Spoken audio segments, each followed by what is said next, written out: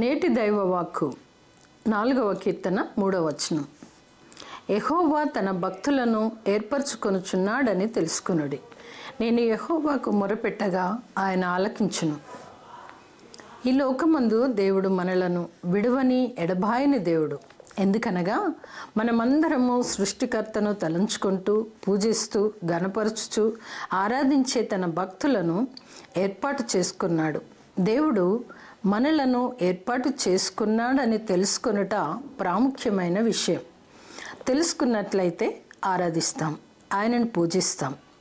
ఆయన మనలను ఎన్నుకున్నాడు కనుక మనము ఆయనను స్తుతిస్తాం. భూమిపై అంతటా తన స్వంత పిల్లలను ఉంచాడు. దేవుని నమ్మిన మనమందరము తండ్రి యొక్క ధననిధి అయి ఉన్నాం.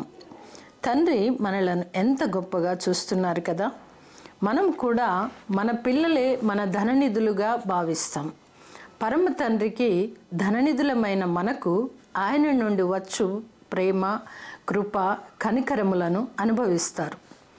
1 పేతురు పత్రిక 2:9 అయితే మీరు చీకటిలో నుండి ఆశ్చర్యకరమైన తన వెలుగులోనికి మిమ్మను పిలిచిన వాని గుణాతిశయములను ప్రచురము చేయు నిమిత్తము ఏర్పరచబడిన వంశమును, రాజులైన యాజక సమూహమును, పరిశుద్ధ జనమును, దేవుని సొత్తైన ప్రజలునై ఉన్నారు.